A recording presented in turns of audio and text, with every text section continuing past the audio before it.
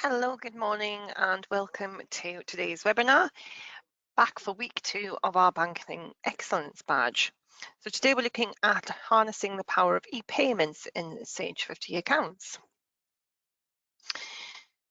Quickly, we'll start off with some housekeeping. So your microphone has been placed on mute, so that just means you can't speak to us directly today. However, if you do have any questions, you're more than welcome to send those across to us throughout the session using the icon that looks like a speech bubble with the question mark in the middle. There is also a handout which contains the slides for today, and that is the icon that looks like a document with a folded corner. After today's session, there will be a follow-up email, and in there will be a link to register for additional sessions, and also if you want to catch up on any of the recordings. Okay, so we've got the team on hand in the background. If you've got any questions, like I say, please feel free to submit those throughout. So just before we get into the content, just want to again reiterate what our Banking Excellence series is. So we're up to session number 7 of 8, but we are rerunning them all again. Okay, so if you have missed a session, do not panic. We are running them in duplicate. Okay, so they will be starting again this week. So today we're doing number 7 in the morning, which is harnessing the power of e-payments. This afternoon, Michael will be taking you through adding your bank information onto your invoices in Sage 50. And that will be the end of the first run. So we do have the quiz coming up later this week as well. So to earn the badge, you do need to attend 6 different topics of the 8 that are available, plus the quiz. Okay, so the quiz is a mandatory attendance for you to earn that badge. So there's 2 dates again for the quiz if you want to get yourself registered there. I'm just going to reshare the screen there because I don't think that's quite come through.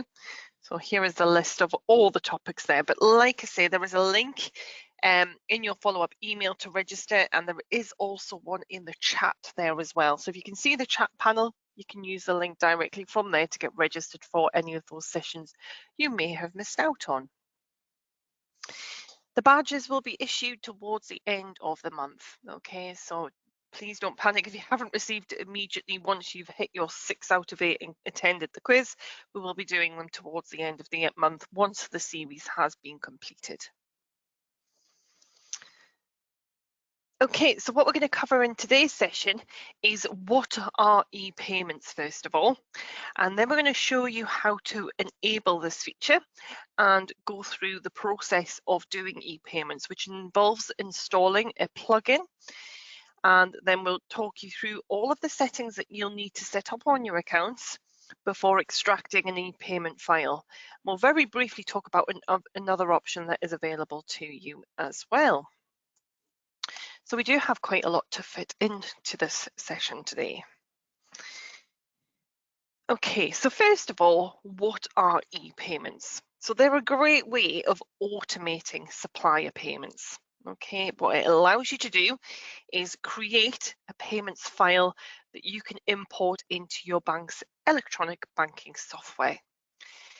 So this is where, first of all, I would say before you do anything with e-payments, you need to double check that your bank is first compatible. And I will show you very soon where you can look at those and where you can check what plugins are available.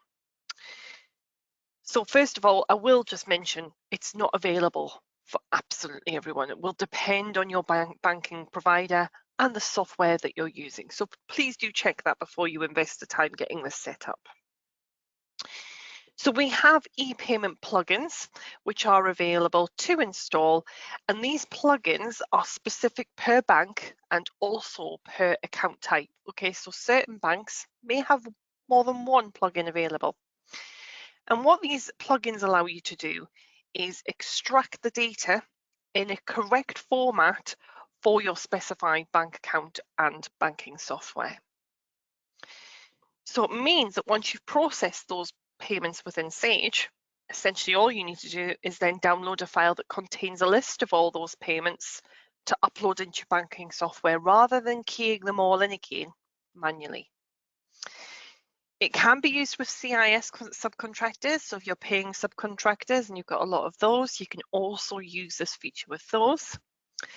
And An addition that was made in 28.1 was it can also be used in the batch supplier payments window. Okay, so previously in the past, it was a lot of feedback on the fact that you couldn't use e-payments with that batch supplier payments window, but you can do if you're on 28.1 and above. It can't be used, however, with foreign currency transactions or imported payment on account transactions. So just do, again, bear in mind how you're processing, what you're processing as to whether or not this will work for you. Okay, so first of all, before we even get to e-payments, if you want to use this feature, you need to enable e-banking. Okay, so e-banking is kind of split into two different categories. We've got e-payments, and what we also have is the statement reconciliation service. Now, I will be honest, the statement reconciliation service is not as well used as the payment side of things. Being on technical support in the past, and even then it wasn't a really commonly used feature, and it has effectively been sort of replaced by bank feeds. Okay, but the option is still there on certain banks, so I do just want to make you aware it is still there for certain banks, but you might see bank feeds as an alternative to that statement reconciliation service. So I am just going to focus on the e-payments element today for this session. Okay, so first of all, you need to enable e-banking to see the e-payments option, and that is in settings, bank defaults, and there is a little checkbox. It's the first one that you'll see to enable e-banking. So if you're thinking, I can't see e-payments, I can't see the feature for this, it's because it's possibly not switched on. Okay. So get that switched on, and then what you also need to do is go into your bank record for the bank that you're wanting to issue these payments from and enter your bank details into the bank record. So just to reiterate that and demonstrate, I'm just going to jump into my demonstration data. So when I'm talking about setting this up, it's settings, bank defaults, and it's this first tick box here. So you can see at the moment don't have the feature enabled, but by ticking the box and going into the bank account there, along the top what we should see is an option for e-payments. Now sometimes, like on mine, it's grouped together under payments. So if you can't see it immediately, again, look to see if your payments have been grouped together. So I do have the function there. We also need to go into the bank record, so mentioned, into here and add the details. Just bring this across. So when I'm talking about the details, I mean that details tab. So you do need to make sure that you've got your bank name and address, and most importantly, your sort code and your account number is entered into there. So that's your first step for setting this up. So those are saved, that's great. That's our first step done. So the next thing we need to do is install the plugin for our particular bank. Bear with me 1 second. Sorry, a frog appearing in my throat there. So what you need to do next is install the plugin for your bank. Okay, now these can be found in web links. Okay, so at the top, we've got the option for web links. There is also a link in a handout for you for the compatible banks in the UK, and also if you're in the Republic of Ireland. And obviously, if there's any change to these, they will be updated on this article, so you can check on here. So just to show it in action, because I do want to show you how I mentioned earlier that certain banks will have multiple plugins. So if I pop into web links, Sage eBanking, and this launches a web page, which is essentially the article that we're linking to. So like I say, this is probably your first port of call. Check that your bank is compatible before doing anything else. So as you can see, we've got some of the bigger banks there. So Barclays here, for example, they've got 3 different plugins available. They've got a Business Master, which works on payments, e-payments only. They do have the Barclays.net plugin, which does payments and statement reconciliation, which is the one we're not going to cover today. And again, they've got the Barclays Online Banking. So if you're not sure which one of these 3 to use, if you're a Barclays customer, you do need to check with your Barclays provider. Okay, we unfortunately can't tell you which one is the right one for you, because you'll have a software or somewhere to upload this, which is provided by Barclays. You'll need to find out which is the right one. So you can download these. They're very small files. They really don't take long to install, but you will need to make sure that you've got admin access on your PC to install them. So I'm just going to find one that I haven't installed. I'm going to try one like this one here. So just to give you an example there, downloading the plugin sometimes doesn't work when we're running the webinar, but as you can see how quickly that was to download.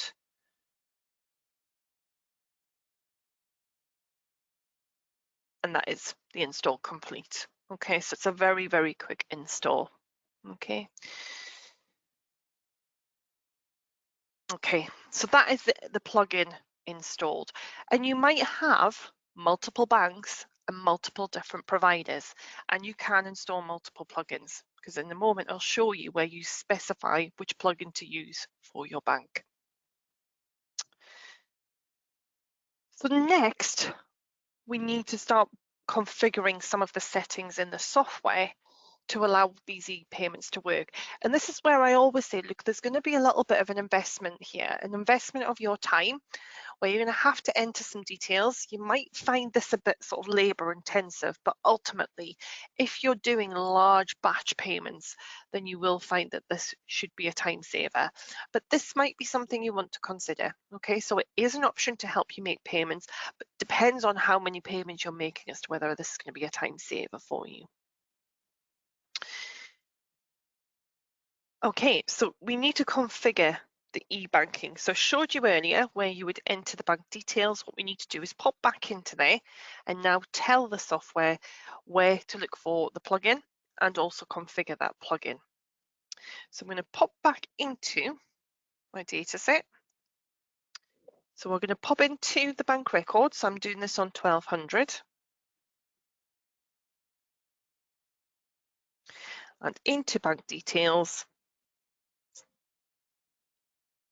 So as I mentioned, we've got all the bank details in here, but down here we've got the bank type, okay? And this is where we tell it which plugin to use. So 1200 might well be using RBS NatWest. 1210, if we go into that record, it might be using a different plugin. And these are the ones that I've installed.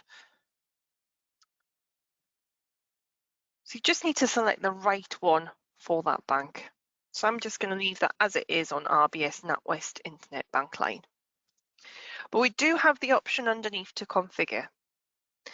And when we click on configure, what we're basically doing is telling it when it's generating these e-payment files, where do we want these files to be saved to?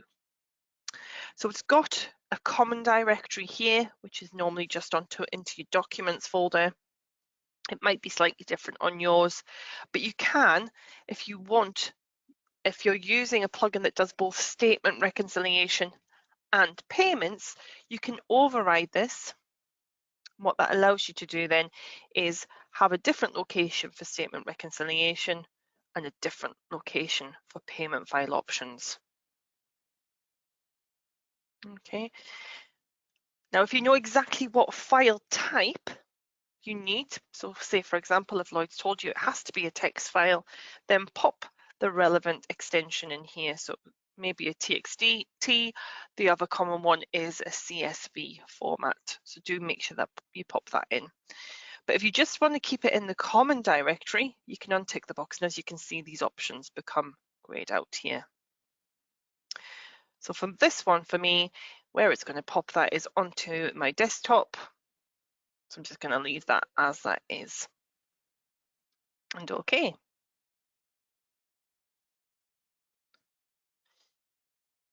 Okay, so I'm going to make sure that I save. If I've made any changes I need to save. and come out of there. Okay, so back to the slides there. So again, we've got links throughout the handout to articles that are going to support you through this as well, because there's a few different places to visit to set up your data. I will bear in mind as well, so as I mentioned, if your provider only does a payment file option, the window you might see will look slightly different to what you just saw. Okay, so we looked at this one here, which was the RBS NatWest Internet Bank Line option.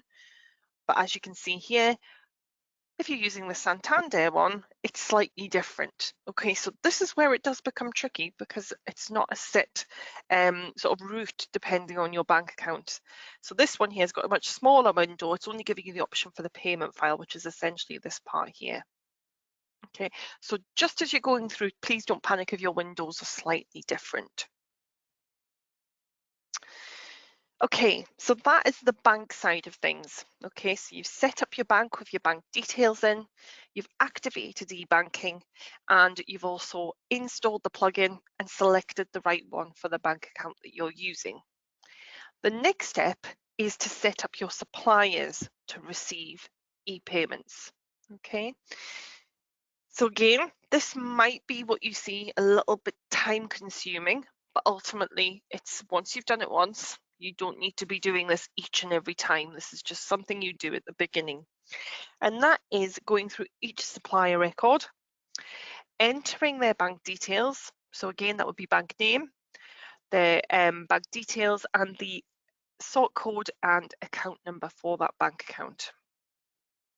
You also need to change the payment method to say BACS or SEPA. So again, let's demonstrate that. Now I do have one that's already set up just so you don't have to watch me typing this out. We're going to pop into this one here, Mia's Insurance, and into their bank tab. And in here you can see all of their details are complete, which is what we need. And on the payment details side, from this drop down, we can change this to BACS/SEPA. So that's really important because basically that's telling the software that when we process a payment, to move that payment into the payment file. So it's really important that we include that one. So we'll save on there. As you can see in my suppliers list, I am showing my payment methods. So not everyone is receiving payments in this way. We've got some who are still receiving checks. You might have some that are on cash. You might have some that are using our alternative option, which is salary and supplier payments via our partner Modulr. Okay, so you do have different options here. Okay, so I am just going to next pop back to the slides there because like I say, we need to make sure that they're set up correctly.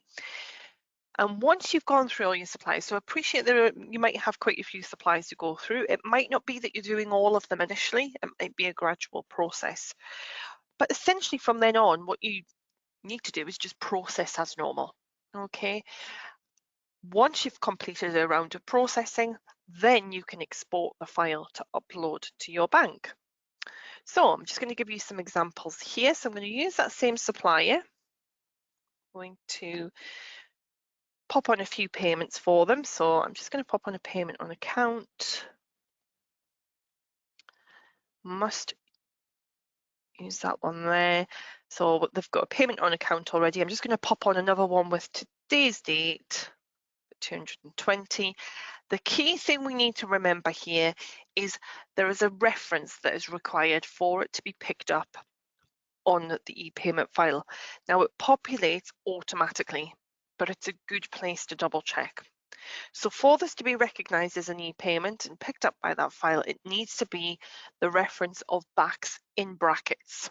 So as you can see, I didn't enter that manually, that picked up automatically. I will just show that again. So I'm just going to say yes and save that one. I'll pick up that supplier again. So I haven't processed any payments at this point. It picked that up automatically, and that's by that tick box. When we tick the box, it automatically applies it. So if you didn't want this in the file, you could essentially delete what's in here. So I'll just put another one in there and save. So you would go through your payment run. So an example of where this would potentially work is if you're at the end of the month and you're doing a huge payment run of all your suppliers, and then at the end of that payment run, you want to extract them to upload to your banking software. So let's assume that's the case. We've done all of our payments. Let's close, and I'll say yes to save changes. And we're now at a point where we want to extract that file for uploading to our banking software. So to do that, we need to pop into the bank module. And if we go into payments, select the e-payments option. And bring that across. You can see there, it's pulled through my 2 payments that I've just popped through today. So they're meeting the criteria to be pulled through as an e-payment. Now this again is where this process may differ depending on your plugin. Okay, so I'm going to show you one example, which is me using RBS NatList, but it might look slightly different and the options you give might differ if you're using a different bank account. So all I need to do is select which ones I want to send. So I'm going to swap to highlight them both, click on send, and just going to check I don't have a window in the background. I am just going to change my bank account over to 1200. There we go. So as you notice there, I picked up the wrong bank account and it recognized there that I hadn't told it which plugin to use. Okay, so if you get that message that says bank not specified, it's because you haven't told it which plugin. So you might have installed the plugin, you may not have told it which plugin to use. So there you go, learn from my mistakes there. So as you can see, I've actually got a few different transactions here because I'm in a different bank account. So I'm in 1200. And if I just try and go to send this one from yesterday, it should work because we tested it yesterday. It launches this different window, and this is where it's going to be different depending on your banks. So here, if I show details, this will have a list of all the transactions I'm trying to export. At the moment, I'm currently just trying to do one, and then I can click on OK. I get some options at the top. Now again, this is one you will need to know from your bank what type of payment you're trying to do, what type of format. You can change the date at the top here, and I'm just going to leave everything as it is. I'm not going to change anything at the moment, but I'm going to click on OK, and there it's just asked me where I want to save this file. And if everything goes through successfully, you won't get this message here. Okay, it will just save the file in that location that you've specified earlier on as the directory you want it to save to. I, however, am getting an error. Okay, so if you get this, this means that there's been an issue. So I foresee probably a lot of you are going to have these in the early days where things are maybe not entered quite correctly. So you can view the payment error log essentially. Okay, just gonna, there we go. And what that does is it sort of keeps a log of previous errors and also updates it with your most recent error. And just want to give you an idea of what kind of things can go wrong. So first of all, I've got invalid pay bank account number. The account number must be 8 digits and a numeric value. So first of all, be very careful if it's invalid payee or payer. Okay, so you do need to just make sure whether it's the payee or the payer. So in this case, my bank account for my payee has an issue on there saying it must be 8 digits. So if we go back and cross-check that to make sure that the details are correct on there.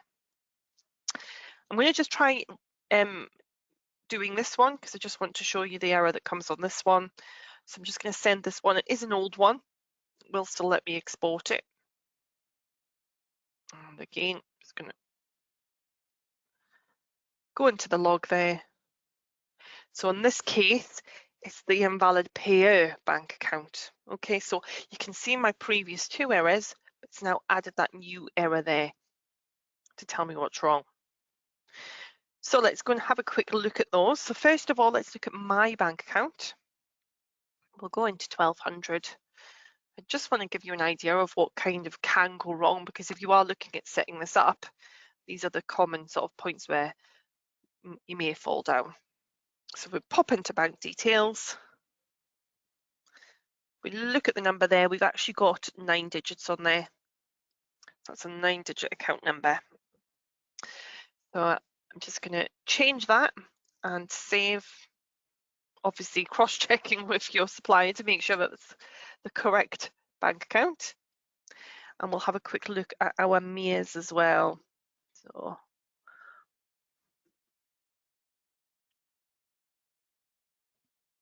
just taking a moment to load. So again, when we look at their account number there, that looks well longer than 8 digits. So 1, 2, 3, 4, 5, 6, 7, 8, 9. Yeah, we've got quite a few numbers on there. So we're just going to take those last few off just to bring that down to 8. Obviously, you would be checking with your supplier. I've just tried to set this up to kind of break the system to show you where it can go wrong. So I'm just going to save those. And we're going to try that e-payment file again. So when it's given us the error log, it's essentially not sent anything out. So back into bank accounts, and we'll attempt that again. So I'm going to try the top one and the bottom one. Those were the 2 we tried before. Just running a little bit slow. As you can see now, because I've selected 2, we've got more of a list.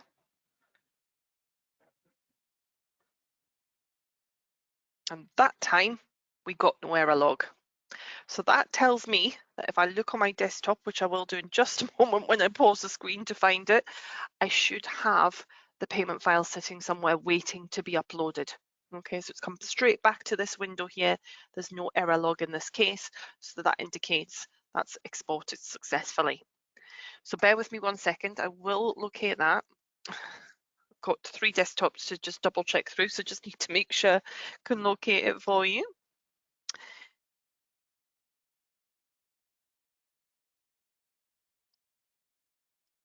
And bear with.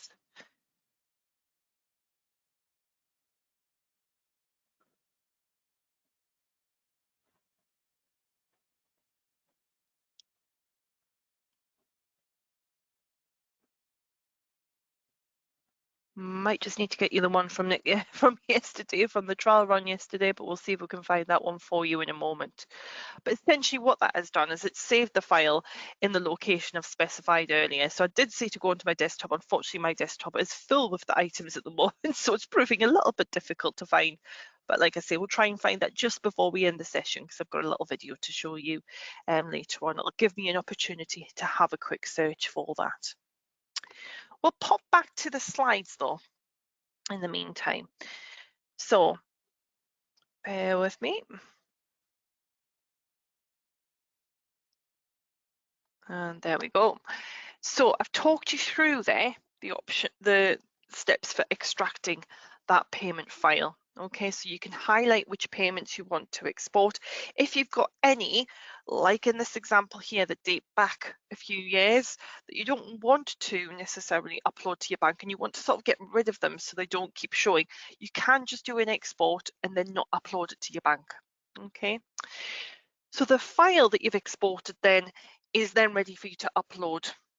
And this is where our sort of boundary appears. So we can't support you with the upload of that file. Okay, we can support you with getting that file out, making sure there's no errors in that file so that you can upload it. But if you're having any issues uploading the file onto your banking software, you will need to get in touch with your bank. Okay, so what we're just going to very briefly talk about now is an alternative option. Okay, so you might think this may be not an option for you because you don't have a plugin that's available to you. We do have an alternative which works with our partner Modulr. So you can access salary and supplier payments. And what this does is it allows you to set up payments that go through an online wallet with our partners. You can transfer funds from your real bank into your supplier salary and supplier payments online, and then make payments from there. And it can be integrated with both your account software and also your payroll software as well. So if you think that that's maybe an alternative for you, there is a link there to a hub which is available on our help center, and it gives you some videos on how to set it up, how to use it, and that might give you an idea whether or not that feature will work for you. Okay, I am going to summarize, and I'm then going to play a quick video for you about the badge while I locate that file. I will find it. I'm very determined. And then we'll come back with any outstanding questions. So there is a few questions coming through. Please do get them across. This is a really good opportunity for you to submit your questions across to the team there. So first of all, it can be a great time saver. I'm not saying it's going to save time for everyone. You may need to weigh up the size of your payment files and how many payments you do monthly to work out whether or not it's going to save you time. But if you're doing large files, then it could potentially save you from keying in the items twice. Okay, so having to do it in Sage and again into your banking software. It will work if there's a compatible plugin. Okay, so it can't work if your bank doesn't have that access to a plugin, or there isn't one for your bank. Unfortunately, it's not an option that will be open to you.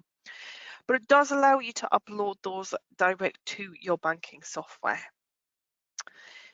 And as I mentioned, supplier payments via Modulr is a great alternative. Okay, if you don't have option for the plugin for your bank, supplier payments may work.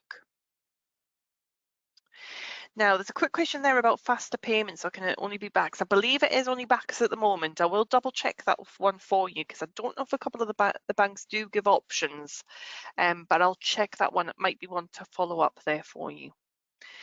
Right, I've got a quick video here. This is just talking about the badge. Okay, so if you achieve your badge, this will be hosted online on an online platform. So this video is to show you what you can do with that badge once you receive it.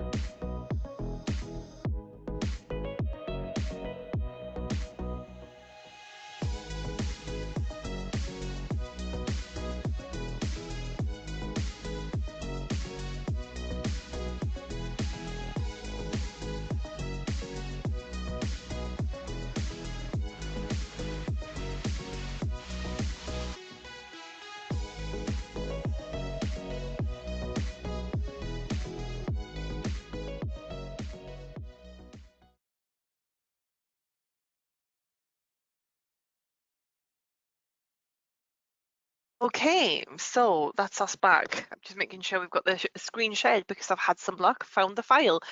Always helps when you look in the right folder. So if I go on my desktop, I'd saved it to the documents folder.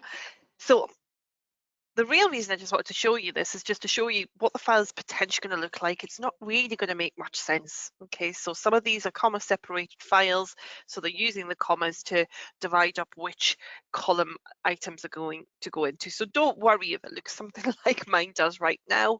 Not making much sense there, but that's essentially what we're looking for. So mine had gone into documents. It always helps to retrace your steps and find out where you're saving things to if you can't find them. There was a quick comment there just about Lloyd's Commercial Bank can help with using BACS files to make faster payments. So with regards to that question earlier, it might be best to speak to your bank as well, just to see if a BACS file could be upgraded to a faster payments. I will still come back to you just to see if I can find any more information on that. But it could be something that the bank can deal with. So yes, it's a BACS file, but can they just convert it into a different payment type? So maybe check that one out too. Okay, so I'm just going to very quickly talk about the upcoming webinars that we've got. So again, final call for any questions if you've got them. And we'll quickly have a look at the Help Centre as well. So our Help Centre is available 24/7. So this is where you can find help on all of our products. If you go into Sage 50, then you can find the different areas of the software. So you can see there's things on VAT. We've also got the bank section as well. If you type into here webinars, then that will take you to our webinars page. What will give you options for the webinars page and the recordings page. So if there's anything you've missed and you want to catch up on, check out the recordings page. But in terms of the webinars page, this is where you'll see all of our upcoming content. So at the moment, like I say, we're going back through the series starting at session 1 and 2 next. I think that's later this week, could be tomorrow in fact. And then later on in the month, we've got more detail on bank feeds and supply remittances and VAT return. We are very close to launching our March timetable. So again, keep an eye out for that. If you are a payroll customer or you have someone in your business that is a payroll customer, payroll sessions are also available now. So you can, on the Help Centre, go into payroll side, and again just type in the word webinars, and in here you'll get access to the payroll year-end webinars as well. We're doing something different. We've got some additional sessions this year, so please do get yourself registered for those. So rather than just doing the standard part 1 and part 2, we're looking also at some of those common queries around payroll year end, so things like directors NI, corrections, starters and leavers, as you can see there. So just in case we've got any payroll customers on as well. Okay, so don't forget the badge. Okay, so please don't forget, if you have registered for multiple sessions, don't miss out on the badge. Please do get your self-registered there. A quick question there, or more of a comment, is I've attended a lot of your accounts and payroll webinars, but I do find they sometimes clash. And we do try our best to try and sort of mix them up and give multiple sessions as well. So appreciate that, and we'll take that on board. It's very tricky, to, especially around payroll year end, to try and sort of fit all of them in at different times. And we do try to do them at the times that are most appropriate for customers. But we have taken that on board, and we have tried to offer multiple sessions for each topic, just so that if you can't make one, there should be another date available. But thank you for feeding that back. Okay, I'm just going to pop on mute for a few moments because I think it's just a final question. We're just trying to finish up there. I'll just pop on mute and be back with you in a moment or two just before we end the session there.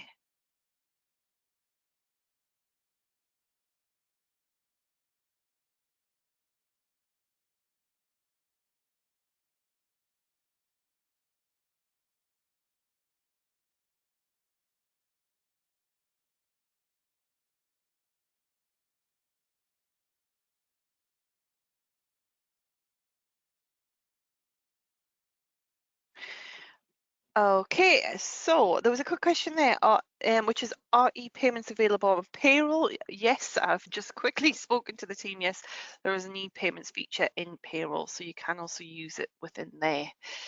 A quick question there was just what page was I sharing there?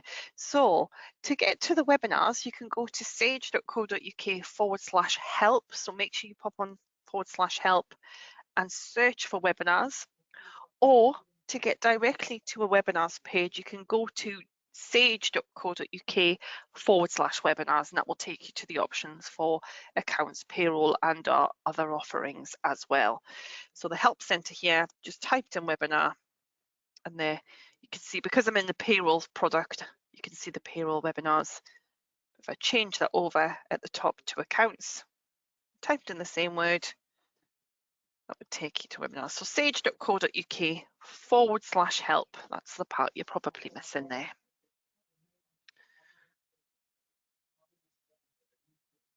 Okay, I think that's us on top of the questions there. So I think we'll look to wrap up the session there. So thank you again for joining us. It's been great to have so many of you attending on our Banking Excellence badge, but we do hope to see you on some of our additional sessions over the coming weeks. But for the meantime, thank you very much, and thank you to the team for all the questions as well. And we'll see you again on another session soon. But bye for now.